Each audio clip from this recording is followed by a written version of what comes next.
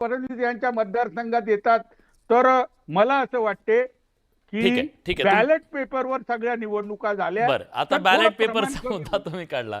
बरं ठीक अरे आहे. नाही, नाही. विश्वास मला- पाठक सरांना मला विचारू द्या. मला त्यांना विचारू द्या. सर, जेव्हा इतक्या मोठ्या संस्थेवरती, घटनात्मक संस्थेवरती प्रश्नचिन्ह निर्माण केलं जातं, जर घोळ आहेत असं नाहीये, आपण क्षणभर असं म्हणूया की ठीक आहे काँग्रेसने आता आरोप केले, पण अनेक वर्ष तुम्ही पण अशाच प्रकारचे आरोप करत होतात. या देशातल्या जनतेला सुद्धा माहिती आहे की 50% आणि 60% मतदान होतं, कारण मतदान होतं, रांगा लागतात, पण ते बाकीचे वरचे कोण असतात ते का मत करत नाहीत. अनेक मृतांचे नावं त्याच्यामध्ये आहेत, पिढ्यानपिढ्या चालत आलेले आहेत, डबल आहेत, ह्या सगळे घोळ आहेत ना. मग हे सगळे घोळ निस्तरणं जबाबदारी कुणाची आहे? आणि ते त्याची उत्तरं, ते म्हणतात की स्पेसिफिक उत्तर तरी द्या विचारलेल्या प्रश्नांची, ती का दिली जात नाहीयेत? अरे बघा, इलेक्शन कमिशन उत्तर का देत नाहीये, कसं हँडल करतायत त्याच्याबद्दल मी सांगू शकत नाही, कारण मी इलेक्शन कमिशनचा प्रवक्ता नाही आहे. अगदी बरोबर. आता इलेक्शन कमिशनच्या समोर काही प्रश्नचिन्ह असे निर्माण झाले असतील की काँग्रेस ज्यांना जेव्हा 99 लोकसभेमध्ये जागा मिळाल्या तेव्हा काँग्रेसने मोठ्या प्रमाणामध्ये सेलिब्रेशन केलं, कारण काँग्रेसला माहित होतं की आपण 45 वरून 99 वर गेलेलो आहे. बोला बोला. नाही, मध्ये बोलू नका हो, आता ऐकलं तुमचं. त्यांचं होऊ द्या ना. हा, किशोर भाऊ, तुमचं पाल्हा मी एवढा वेळ ऐकलं, चुप बसलो होतो, मध्ये बोलू नका कोणी कृपा करून.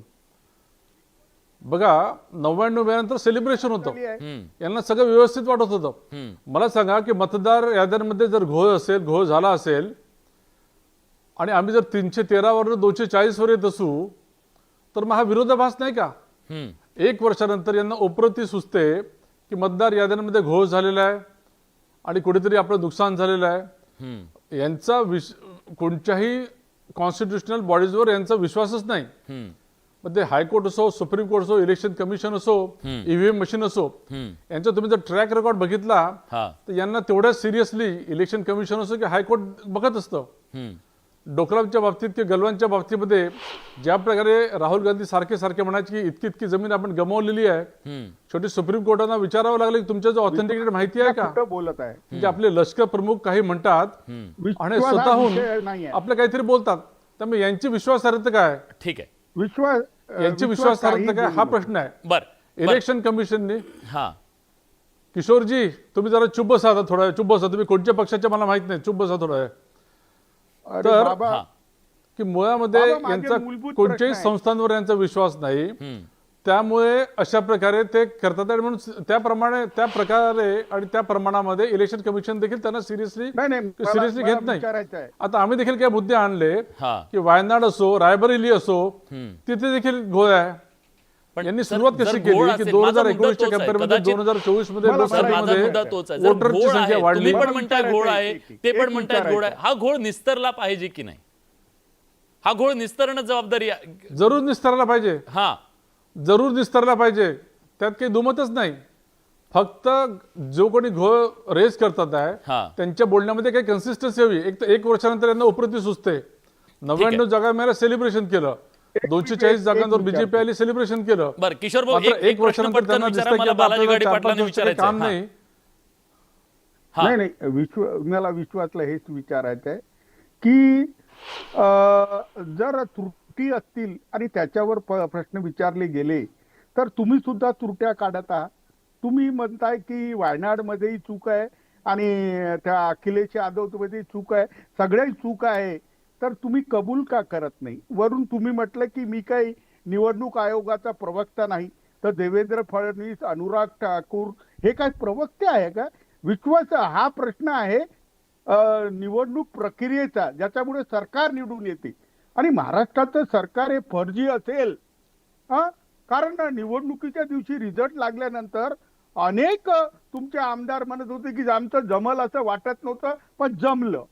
त्याच्यात बरं ठीक आहे, आपण त्याच्यात नको जायला. मी बालाजी गाडी पाटील तुम्हाला विचारायचं आहे. नाही, एक मिनिट, यांना बोलू दिलं तर मला बोलू द्या. बरं, बोला. तुम्ही यांना बोलू दिलं, हे काय बोलले तर हा नाही. प्रश्न असा आहे, किशोरजींना हे माहित नाही की ईव्हीएम मशीनच्या आधी ज्या प्रकारे बूथ कॅप्चरिंग व्हायचं, ज्या प्रकारे नेहरूजींनी डीएमला फोन करून सांगितलं की याचे निकाल बदला, यांना त्याच्या सवयी आहे. आता कुठेतरी ट्रान्सपरंटली कामं होतात, त्याच्यामध्ये सब्जेक्टिव्ह करेक्शन काही चुका असू शकतात, पण आपल्याला पुढे जायचं आहे. संपूर्ण इलेक्शन कमिशनला बदनाम करणं, 99 जागा मिळाल्या की सेलिब्रेट करणं, ही दुतोंडीची भूमिका आहे, ही आक्षेपार्ह आहे. बरं, ठीक आहे. बालाजी गाडे पाटील, मला तुम्हाला हेच विचारायचं आहे. आता विरोधक म्हणून तुम्ही आक्षेप नोंदवताय, हे तुमचं काम आहे, त्याच्याबद्दल काही दुमत नाही. आता कर्नाटक, महाराष्ट्र या सगळ्या ठिकाणी एक प्रकारे तुम्ही सांगताय की या निवडणूक मतदार याद्यांमध्ये घोळ आहे. मग आता तो घोळ जर एका प्रक्रियेच्या माध्यमातून बिहारमधला निस्तरला जात असेल, जे मृत आहेत त्यांना बाजूला केलं जात असेल, असं केलं जात असेल, त्याला विरोध करायचा. मग हे दोन्ही तोंडानं आपणच बोलायचं, असं कसं चालेल? तर फार चांगला प्रश्न विचारला हा. विलासजी. आमचा मतदार याद्या सुधारणेला विरोधच नाहीये. मुळात विरोध याला आहे की सुधारणेच्या नावावरती जो नवा गोंधळ घातला जातोय त्या गोंधळाला विरोध आहे. आणि ही सुधारणेची प्रक्रिया नेमकी कशी आहे हे आपण सध्या बिहारमध्ये काय चाललंय त्याच्यावरनं पाहतोय. हा. 65 लाख लोकांची नावं, खरं तर सर्वोच्च न्यायालयाचं मला आभार व्यक्त करायचे की आज त्यांनी इलेक्शन कमिशनला हे आदेश दिलेले आहेत की 3 दिवसाच्या आत या सगळ्या याद्या, कोण मृत होतं काय नाही हे सगळं समोर आलं पाहिजे. आणि जे मेलेले व्यक्ती आहेत त्यांच्यासोबत राहुलजींनी काल चहा घेतलेला आहे. त्यामुळं याद्या चांगल्या करायच्या या नावावरती इलेक्शन कमिशन कुणाला तरी निवडणुकीमध्ये जिंकवण्यासाठी नव्या मतदार याद्या आणि बोगस मतदार तयार करतोय, हे पुराव्यानिशी सप्रमाण राहुलजींनी दाखवून दिलेलं आहे. याचं उदाहरण घ्यायचं असेल तर 50 वर्षाचा बाप, 72 वर्षाचा पोरगा आणि एकाच घरात त्याला 48-50 पोरं, हे सगळं बोगसगिरी समोर येत असताना इथं भाजपचे प्रवक्ते म्हणतायत की नेमकं कन्सिस्टन्सी नाहीये आणि पुरावेच दिसत नाहीयेत आणि अजून नेहरूंकडे जायचं. अरे नेहरूंजींच्या समोर या, नेहरूंचं नाव घेऊनच तुम्ही इतके दिवस झालं सत्तेमध्ये आहात. आजही नेहरू, आज वाराणसी आणि वायनाड त्या 2 मुद्दा, वायनाडचा मुद्दा विश्वास पाठक यांनी काढला. त्यांचं म्हणणं अगोदर अगदी बरोबर आहे विलासजी, मी त्यांच्याशी सहमत आहे. तिथं फर्जी आणि डुप्लिकेट मतदार होते, त्यामुळं प्रियंकाजींची लीड कमी झाली, नाही तर त्या 5-5.5 लाखाच्या लीडनं निवडून आल्या असत्या. हे लक्षात घेतलं पाहिजे. बालाजीराव, हा. हे का आता झालं का मतदार यादीमधले हे जे नावं एवढी आली, पिढ्यानपिढ्या ही नावं आलेली आहेत ना, ही मतदार याद्या ही प्रक्रिया आहे ना, ही प्रक्रिया आहे की मतदार याद्या नव्या होतात, जुने जातात. मग तुमची काही जबाबदारी नाही का? तुमचं पण सरकार होतं ना इथं. तर मी तुम्ही जे म्हणालात त्याच्याशी अगदी सहमत आहे की मतदार याद्या जुन्या जातात, नव्या येतात. पण हे सगळं येत असताना स्वतःला त्या मतदारसंघामध्ये निवडून आणण्याच्या सोयीचे मतदारसंघ बांधणी करणे आणि तिथं तेवढा मतांचा गठ्ठा टाकणे, हे पाप काँग्रेसनं कधी केलं नाही. हे भाजपनं निवडणूक आयोगाला हाताशी धरून केलेलं आहे.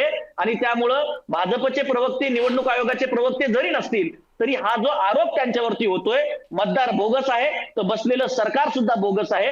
त्यांनी या संदर्भानं उत्तर देणं आणि निवडणूक आयोगाला देशाच्या माननीय पंतप्रधानांनी एखादं पत्र का लिहिलं नाही, या अशा संदर्भाचे आरोप येत आहेत आणि समोर यावं. डॉक्टर राजू वाघमारे आपल्या सोबत आहे. डॉक्टर राजू वाघमारे, तुमच्या विजयावर सुद्धा यांना संशय आहे.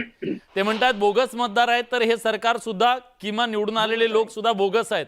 ही जी मांडणी केली जाते, या मांडणीला तुम्हाला आता उत्तर द्यावं लागेल. त्याचं कारण असं आहे की हा नेरेटिव्ह पूर्णपणे खालीपर्यंत जाईल याची काळजी विरोधक घेत आहेत.